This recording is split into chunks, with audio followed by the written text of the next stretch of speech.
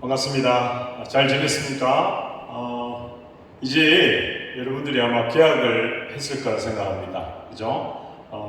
이제 8월도 중순이 넘어서 이제 하반기로 들어가죠. 우리가 더위 하면 보통 8월 15일을 경계로 해서 넘어가게 되는데, 오늘부터는 이제 우리가 지난주까지는 이스라엘의 왕들에 관한 그런 내용을 같이 설교로 배워봤고요. 오늘부터는 새롭게 구약에 우리 성경책을 딱 펴면은 딱 중간 지점에 나오는 시편이란 시를 여러 저자들의 시를 모은, 그래서 시를 모았다 해서 시편입니다. 그래서 시편은 많은 저자들이 하나님을 노래하고 또 자신들의 마음을 하나님께 고백한 그런 내용입니다. 그래서 시편을 함께 말씀을 나누고자 합니다. 그래서 여러분 이 시편도 짧게 형성이 되어 있고요. 그래서 다른 어떤 말씀보다도 좀 더 쉽게 우리들의 언어로 형성된 것이 많이 있습니다. 그래서 시편을 통해서 함께 배워가면 좋겠습니다. 먼저 기도하겠습니다. 사랑하는 주님, 한 주 동안도 우리를 지켜주시고 코로나가 계속 이어지는 가운데 우리의 마음들도 지쳐가고 있습니다. 하나님, 우리 한 사람 한 사람 하나님께서 주신 힘으로, 새 힘으로 이겨나갈 수 있도록 인도하여 주시옵소서. 주어진 학업에 있어서도 지혜를 주셔서 우리에게 주어진 그 학습 분량을 잘 감당할 수 있는 우리들이 되게 하여 주시옵소서. 오늘부터 새롭게 시작하는 시편의 말씀을 통하여 하나님을 어떻게 찬양하고 또 하나님께서 우리에게 어떤 은혜를 베풀었는지를 기억할 수 있는 귀한 시간 될 수 있도록 인도하여 주옵소서. 예수님의 이름으로 기도합니다. 아멘. 성경 구절을 읽겠습니다. 오늘 제목은 복 있는 사람입니다. 시편 1편의 말씀 중에 1절과 2절 먼저 읽겠습니다. 복 있는 사람은 악인들의 길을 따르지 아니하며 죄인들의 길에 서지 아니하며 오만한 자들의 자리에 앉지 아니하고 오직 여호와의 율법을 즐거워하여 그의 율법을 주야로 묵상하는도다. 복 있는 사람, 복에 관해서 복은 누구나 다 좋아하는 그런 단어이겠죠. 복에 관해서 시편, 우리가 지금 시편 1편을 읽었는데 1편의 1절과 2절을 읽었는데 시편은 총 150편으로 형성이 되어 있습니다. 근데 150편이라 해서 긴 것이 아니라 아주 짧은 그 구절로 형성이 되어 있습니다. 150편이래 분량이 많은 것처럼 느껴지지만 그렇지 않기 때문에 성경을 처음 대하는 사람들도 시편을 많이 권유를 합니다. 왜냐하면 짧은 한 편 한 편을 통해서 하나님을 찬양하는 그런 것들을 함께 배워볼 수 있기 때문에 그렇습니다. 그래서 시편은 저자가 여러 명입니다. 다윗이 제일 많이 지었고요, 솔로몬도 있고요, 아삽의 자손도 있고 고라 자손들도 있고 여러 저자로 형성이 되어 있습니다. 그리고 성경에서 가장 인간적인 책이다. 이 말은 무슨 말이냐면 어쩌면 우리들의 마음을 가장 잘 대변하는 그런 책이 시편이 될 수도 있습니다. 그래서 여러분 힘들 때 어려울 때 이 시편을 읽으면 우리의 마음이 차분해지고 하나님을 찬양하고 싶은 그런 마음이 생겨난다는 거죠. 그리고 이 시편은 하나님의 구원 계획이 잘 나타나 있습니다. 그래서 다윗이 가장 힘들어할 때, 가장 어려워할 때 하나님을 찾는, 그리고 제일 뒷부분에 가보면 시편 140편 이후로 보면 전부 하나님을 찬양하는 할렐루야 여호와의 이름을 찬양합니다. 할렐루야 여호와의 이름을 찬양합니다. 이 노래가 많이 나와 있습니다. 그리고 이 시편은 우리가 예배 드릴 때도 사용을 하고 순례자, 여행을 떠났던 자들이 정말 하나님 힘들 때 어려울 때 하나님을 찬양하는 그런 노래로 사용되었고요. 또 이스라엘 백성들은 6월절 애굽에서 탈출한 우리나라로 따지면 광복절과 같은 그런 6월절 때 지금도 식사 전에 식사 후에 6월절 절기를 지킬 때 시편의 구절들을 노래하고 있습니다. 여러 곳에 다양하게 쓰이는 곳이 시편입니다. 그 우리나라 찬양 중에도 찬송 중에도 시편에 관한 그 성경 구절을 가지고 복음성가나 찬송가를 지은 것이 많이 있습니다. 자, 오늘 제목이 복 있는 사람, 그리고 시편 1편의 1절, 복 있는 사람은 악인들의 길을 쫓지 아니하고, 그죠? 복 있는 사람에 관한 분명한 내용이 시편 1편에 나옵니다. 여러분, 복은 우리나라 사람들이 참 좋아하는, 그리고 일본, 중국, 한국, 중국, 일본 이 세 나라가 복에 관한 내용이, 그리고 단어를 참 좋아합니다. 그래서 이 복주머니라고 하죠. 어른들이 세뱃돈을 줄 때도 복주머니에게 넣어주는 그런 습성이 있었고, 우리나라 잠을 잘 때 베는 베개에도 복, 그죠? 옷에도 복, 복을 받고 싶어하는 마음이 많이 있다는 거죠. 어떤 사람은 건강의 복, 장수의 복, 그죠? 지혜의 복, 여러 가지 복을 말하고 있죠, 그죠? 사람들이 가장 좋아하는 단어다. 복을 싫어하는 사람 아무도 없다는 거죠, 그죠? 우리 중고등 학생들도 마찬가지죠. 얼굴이 잘생겼니, 키가 크니, 다리가 기니, 야, 너 복 받았다. 또 이성 친구에서 야, 너 복 받았다. 결혼을 잘하면 야, 복 받았다.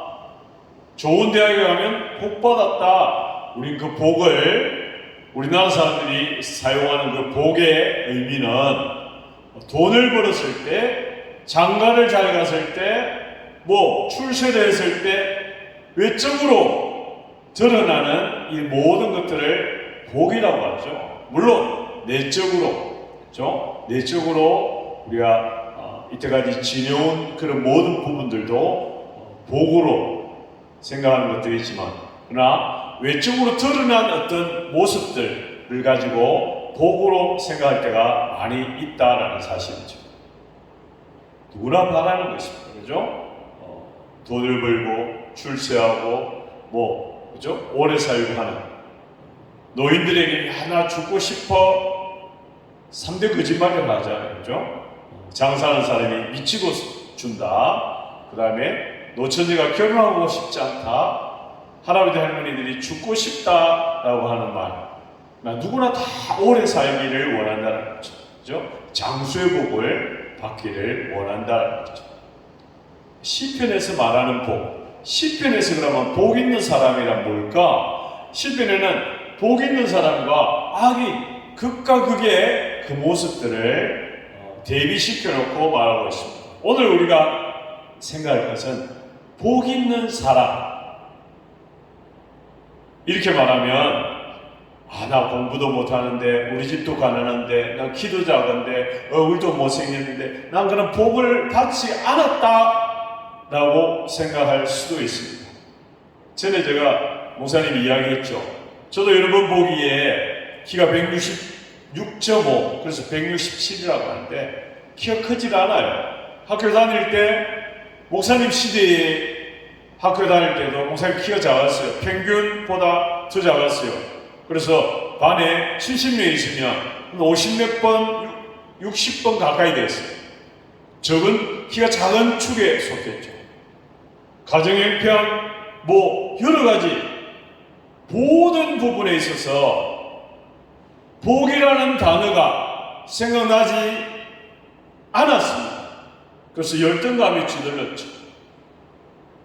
근데 고2 때 교회를 출석을 하면서 하나님 나에게 주신 복이 있다는 사실을 알았습니다. 그게 뭐냐? 목소리, 찬양, 그리고 가장 중요한 복. 내가 키도 작고 형편도 얼굴도 모든 것이 이때까지 다 복을 받지 않았다라는 그런 모든 조건들이 예수 그리스도를 믿으니까 그게 복으로 다가오더라는 것이죠. 왜? 하나님은 우리의 외적인 조건들을 복이라 하지 아니하고, 하나님은 그런 조건들을 보고 사람을 부르지 않았다. 사람은 외모를 보거니와 나 여호와는 중심을 보는 것이다. 하나님 내 마음의 중심을 보시고, 하나님 내가 10몇 년 동안 살아온 동안 열등감에 기들렸던 그 마음을 아시고, 하나님은 나 이창훈을 가장 소중한 존재로, 가장 사랑받는 존재로 예수님이 여겨주셨다는 사실을 내가 깨달으니까 그때부터 내 마음속에 하나님이 인정해 주니까 내가 마음껏 해야지, 이렇게 해서 내가 하나님을 멋지게 찬양하고 주일학교 몇백 명 앞에서 동화를 재밌게 하고 게임을 진행하고 인형극도 하고 드라마도 하고, 이전에는 생각하지 못했던 일들을 하게 되더라는 거죠. 그래서 시편에서 말하는 복 있는 사람, 복 있는 사람, 복을 받은 사람으로 지금까지 살아오고 있다는 사실이죠. 우리 여기 예배에 참여한 우리 10대들, 우리 10대 시대에는 다른 사람과 비교를 하는 그런 시간들이 많습니다. 그런 시간들을 통해서 내 자신이 복받지 못했다라는 그런 잘못된 생각에 사로잡힐 때가 있다라는 사실이죠.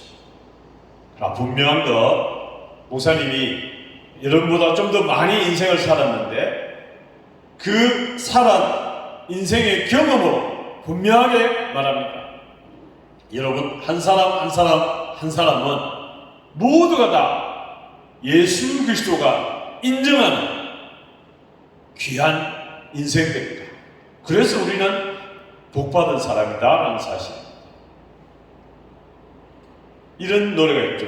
너는 시냇가에 심은 나무라, 하나님의 사랑 안에 믿음 뿌리 내리고 주의 뜻대로 항상 사세요. 너는 시냇가에 심은 나무, 하나님의 사랑 안에 믿음 뿌리 내리고 너는 시냇가에 심은 나무. 여러분, 복 있는 사람은 시냇가에 심은 나무가 있습니다. 이 시냇가, 심은 나무라는 것은 누군가 심어줬다는 거죠. 누군가 물이 나오는 시냇가에 우리를 옮겨 심어주었다는 것입니다. 하나님이 우리를 예수 그리스도를 알게 해주시고 영원한 천국을 소망하는 사람으로 옮겨주셨다는 사실이죠. 그래서 우리는 하나님께서 우리에게 이 시냇가에 심은 나무는 늘 푸르러요. 인류의 문명이 모두 물을 중심으로 발달한 이유는 그 물을 통해서 영양분을 공급받기 때문에 농사를 짓죠. 또 많은 사람들이 무리를 지어 살아가죠. 우리 부산도 낙동강, 서울은 한강, 파리는 세네강, 그죠? 전부 세계의 유명한 도시들을 보면 강은 바다를 중심으로 살아갑니다. 누군가 우리를 그렇게 옮겨주셨다. 여러분들 하나님께서, 예수님께서 대학교회로 옮겨주셨다는 사실입니다. 그래서 우리는 하나님께서 우리를 시냇가에 심어주신 귀한 사람들, 복의 사람들이다라는 사실입니다. 이 사실을 꼭 기억하시기 바랍니다. 복 있는 사람은 철을 따라 열매를 맺는다 했습니다. 계절을 따라, 시절을 따라, 그죠? 공급받는 물을 통해 열매를 맺어야 됩니다. 여러분은 중1 때에 맞는 열매를 맺어야 되고 중3 때, 고3 때 맞는 열매를 맺어야 돼요. 여전히 중1인데 여전히 초딩으로, 고1인데 여전히 중일로 고1이 중1처럼 행동하면 열매를 맺을 수 있을까요? 없어요. 유치원생은 유치원생답게, 그죠? 초등학교 6학년은 초등학교 6학년답게 그 시기에 맞게끔, 여러분 돌이 지나면 말을 하고 돌을 지나면 걸을 줄 아는, 그게 열매를 맺는 거잖아요. 중1이 되면 하나님 말씀을 들으면 하나님께 기도할 줄 알아야 되고, 하나님의 말씀을 들을 줄 알아야 되고, 말씀을 들었으면 생활에 적용해야 되고, 그게 열매를 맺는 것입니다. 매일의 삶 속에서. 그래서 우리 매일매일 일상이 참 중요하다는 사실입니다. 그죠? 복 있는 사람은 이 심겨진 나무, 물과 연결되어서 열매를 맺어야 됩니다. 물가에 심겨진 나무가 열매를 맺지 않으면 아무런 의미가 없다라는 사실이죠. 그죠? 그리고 열매를 맺는 사람은 말씀과 연결되어야 됩니다. 말씀을 통해서 연결시켜서 여러분의 삶이 그렇게 바뀌어 나가야 됩니다. 예배를 통해서 말씀을 듣습니다. 성경을 읽습니다. 그러면 우리가 그 말씀대로 살려고 발버둥쳐야 됩니다. 치열하게 갈등 속에서 이것을 해야 되느냐 말아야 되느냐, 열매를 맺어가야 돼요. 기도의 열매를 맺어가야 되고, 전도의 열매를 맺어가야 되고, 봉사, 헌신, 이런 열매를 맺어가야 됩니다. 우리가 지금 포도나무, 지금 포도가 많이 나오고 있는데, 포도나무에 보면 열매가 한 송이에 여러 개가 달려있잖아요. 열매가, 포도송이. 근데 그 포도송이에 적게 달린 것도 있고 많이 달린 것도 있어요. 적게 달린 것은 상품으로서의 가치가 없어요. 하나님께서 우리 각자에게 많은 능력을 주셨습니다. 그렇기 때문에 우리는 그 시기에 맞는 열매를 맺어가야 됩니다. 그죠? 말씀을 통해서, 말씀을 들었으면 거기에 맞게끔 삶을 살아가야 된다는 사실. 말씀과 연결은 우선 규칙적으로, 여러분 하루 이때까지 한 번도 기도 안 했다면 1분만이라도 기도하시고, 그 1분 어떻게 기도할까? 학교 갈 때 봉고차 안에서, 지하철 안에서, 버스 안에서, 안 그러면 화장실 안에서 1분 했다면 2분, 3분으로, 그죠? 아침, 저녁으로 나눠서 기도하는 그런 규칙적인 게 필요합니다. 이것이 열매를 하나씩 맺어가야 돼요. 그리고 매일의 말씀을 통해서, 성경 읽지 않았다면 성경 읽고 조금씩이라도, 그죠? 그래서 시편을 한번 읽어보세요. 짧은 구절이 많아요. 그래서 긴 거는 읽기 힘드니까 시편 1편, 2편, 3편 넘어가면 별로 길지가 않아요. 하나씩 규칙적으로 하는 게 참 중요합니다. 그렇죠? 기도도 마찬가지예요. 처음에 10초 했다면 20초, 30초 이렇게 길게 우리의 삶 가운데 적용할 필요가 있다라는 사실입니다. 그죠? 개인의 환경에 따라 지혜롭게, 어떤 사람은 봉고차 안에서, 어떤 사람은 화장실 안에서, 어떤 사람은 자기 공부방 안에서, 그죠? 각자가 다 자기 자리에서 우리의 삶을 또 열매를 맺어가는 그런 노력이 필요하다라는 사실입니다. 우리 대학교 중고등부 학생들이 이런 열매를 맺어갈 수 있으면 좋겠습니다. 그는 시냇가에 심은 나무가 철을 따라 열매를 맺으며 그 잎사귀가 마르지 아니한 같으니 그가 하는 모든 일이 형통하리로다. 시냇가에 심은 나무는 철을 따라 열매를 맺고, 그리고 잎사귀가 마르지 아니하고 그가 하는 모든 일이 형통하다. 주님 안에서 잘 되어질 것이다 라는 사실. 여러분, 그런 확신을 가지고 주님 앞으로 열심히 예수 그리스도를 믿는 거룩한 10대들로서 삶을 살아가기를 주님의 이름으로 축원합니다. 다 같이 기도하겠습니다. 거룩하신 하나님 감사합니다. 오늘 시편 말씀을 통하여 복 있는 사람은 이런 제목으로 함께 말씀을 나눕니다. 우리의 생각들이 변화되기를 소원합니다. 우리의 생각들이 달라지기를 소원합니다. 그리고 우리의 행동들이 변화되어지기를 원합니다. 학원에서, 가정에서, 학교에서 예수 그리스도를 믿는 10대로서 삶이 달라지기를 소원합니다. 우리의 삶 가운데 규칙적인 삶이 되어지기를 소원합니다. 예수님의 이름으로 기도합니다. 아멘.